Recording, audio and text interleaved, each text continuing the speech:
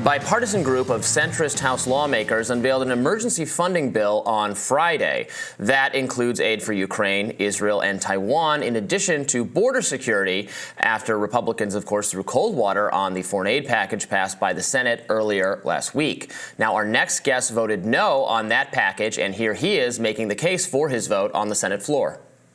As sympathetic as I am for the Ukrainian people, I don't see how setting another $60 billion helps their plight, because I see no strategy whatsoever on the part of the Biden administration to actually try and end the war. And joining us now to discuss funding for Israel, Ukraine, and the border and more is Senator Ron Johnson of Wisconsin. Welcome to Rising, Senator. Thank you for joining us. Good morning. Happy to be here. We're very glad to have you. Let's get your perspective on what do you think the U.S.'s role and responsibility is at this point to a country such as Ukraine, invaded by Russia and defending itself, but of course many American taxpayers wondering if continued funding is actually going to help bring a resolve to the war on Ukraine's side. Well, first of all, I think most Americans are highly sympathetic with the plight of the Ukrainian people. They were invaded. I think most people recognize Vladimir Putin as an evil war criminal. So I think that's basically the position of most Americans. I think what our role right now needs to be is to recognize reality. I don't like current reality. I didn't like it back in 2014-15 when Vladimir Putin first invaded Crimea, illegally annexed it, then invaded eastern Ukraine. I don't like that reality. But the fact of the matter is, Vladimir Putin will not lose this war. Russia has 4 times the population. They're cranking out about 4.5 million of the 155 millimeter shells that they're firing, about 10,000 a day. The West, I don't even think, can manufacture a million a year. We are now in a 2-year-long bloody stalemate.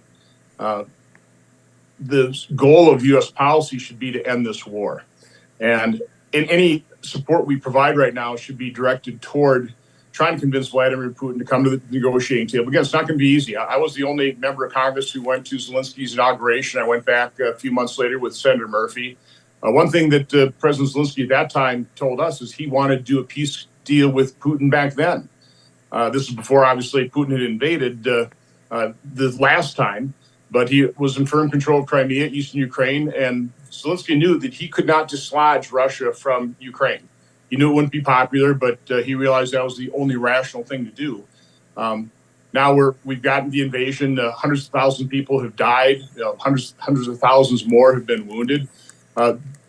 If you're concerned about the plight of the Ukrainian people, I think we need to understand that what's happening right now is that their country is being destroyed. Every day that goes by, again, this whole thing only ends with the negotiated settlement. Every day that goes by, that settlement gets worse and worse as more Ukrainians die. More Russian conscripts die. I take no joy in that. These are, men that are yanked out of their villages in Russia, put on the front as cannon fodder, and more of Ukraine gets destroyed. So our goal should be to end this thing.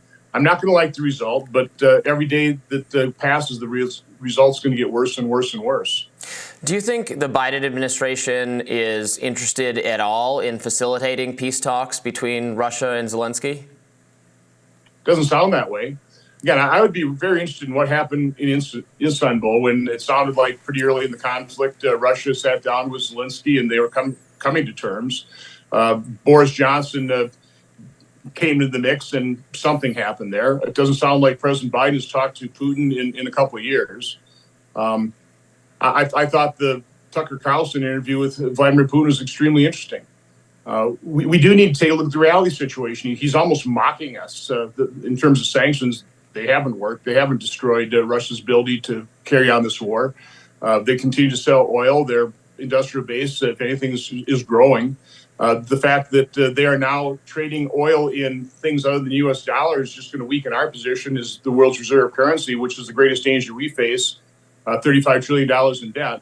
So again, we have to look at the reality situation. We have to stop relying on rhetoric and demagoguery and looking at the world as we wish it were and start looking at it as it is and dealing with the reality situation. We're not very good at that in Washington, D.C. Let's turn to the border. Many on the other side of the aisle will said, well, Republicans said they were not willing to go along with funding for Ukraine and other matters until we did something about the border, and then we presented a bill that did just that had Republican input as well. Your colleague, Senator James Langford, helped put it together, and then it got rejected anyway. Can you respond to that criticism of people saying, Democrats saying Republicans wanted this and we gave it to them and then said no?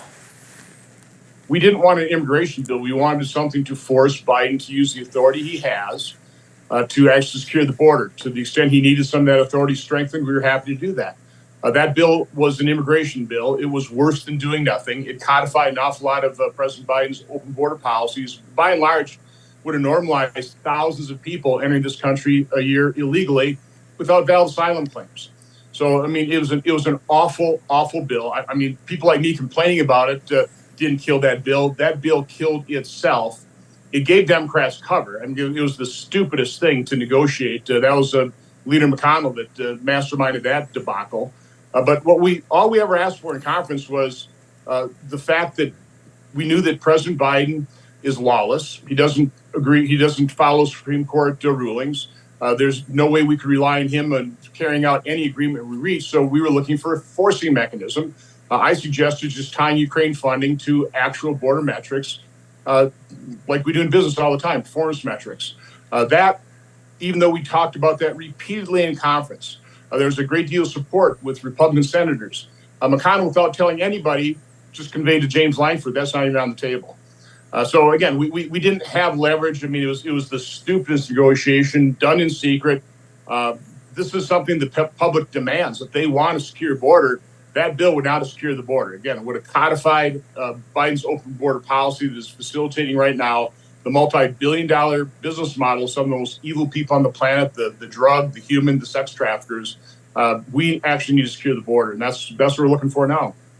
Can Republican voters, trust in their leadership to address a lot of these problems? Because there seems like you yourself pointing out that the Senator Mitch McConnell having this very agenda of prioritizing funding for Ukraine and being initially in support of this bill on the border that you're describing as very hostile to conservative goals. Is there a mismatch between the leadership of the Republican Party, including in Congress, and what its actual supporters and voters want in terms of a realistic foreign policy, sanity at the border, other issues? I think there's definitely a mismatch between Leader McConnell and people that support Republicans. Leader McConnell's been leader, I think, since 2007 when our debt was below $10 trillion. Now it's approaching 35. In all that time period, there's been one constant at the negotiating table, whether we're negotiating debt ceiling increases, appropriation bills, or budgets. That's been Mitch McConnell. So I would not consider that type of leadership conservative leadership. Wouldn't even consider it successful center-right leadership. $10 trillion to $35 trillion.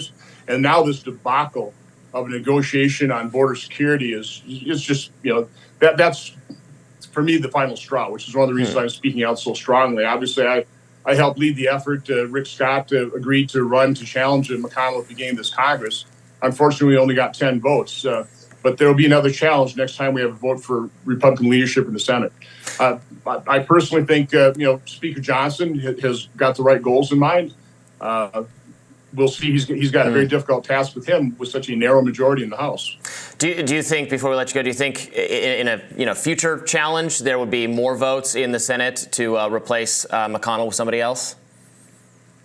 I mean, I hope so. I hope we were able to replace him, or he just decides to step down himself.